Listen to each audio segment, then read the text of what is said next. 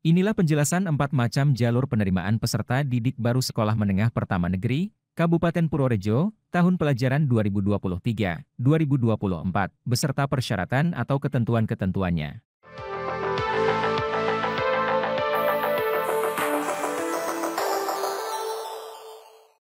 Sebagaimana yang telah diketahui bersama, terdapat 4 jalur penerimaan peserta didik baru, tahun pelajaran 2023-2024.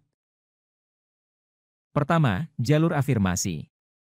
Jalur afirmasi diperuntukkan bagi calon peserta didik baru yang berasal dari keluarga ekonomi tidak mampu, yang dibuktikan dengan bukti keikutsertaan peserta didik dalam program penanganan keluarga tidak mampu dari pemerintah pusat atau pemerintah daerah, dan penyandang disabilitas mampu ajar, yang dibuktikan dengan surat keterangan dari kepala sekolah.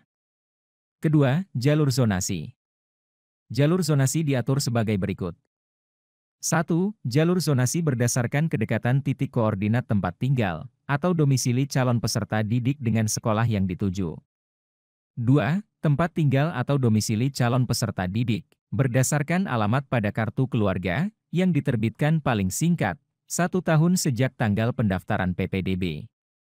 3. Kartu keluarga dapat diganti dengan surat keterangan domisili dari rukun tetangga atau rukun warga yang dilegalisasi oleh lurah atau kepala desa atau pejabat setempat lain yang berwenang, yang menerangkan bahwa calon peserta didik yang bersangkutan telah berdomisili paling singkat 1 tahun sejak diterbitkannya surat keterangan domisili bagi yang kartu keluarganya masih dari luar Kabupaten Purworejo.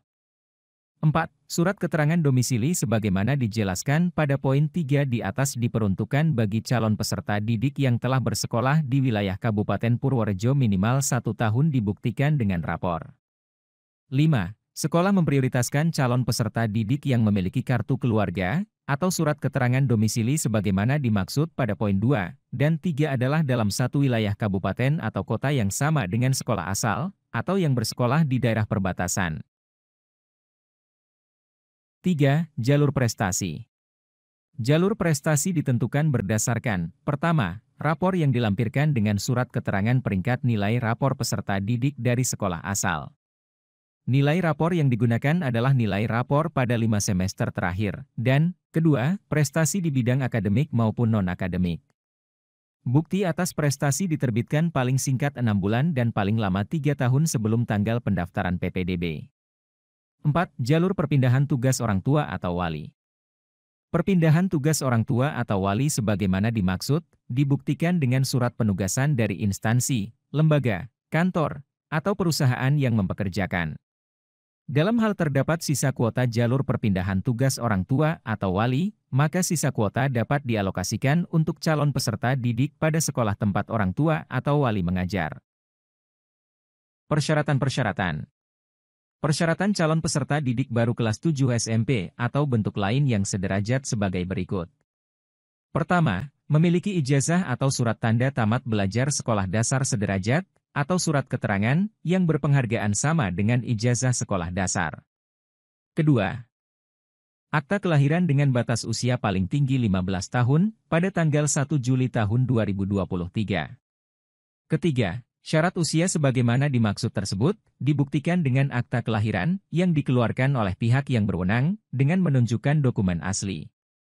Keempat, fotokopi kartu keluarga yang dikeluarkan oleh pihak yang berwenang dengan menunjukkan dokumen asli.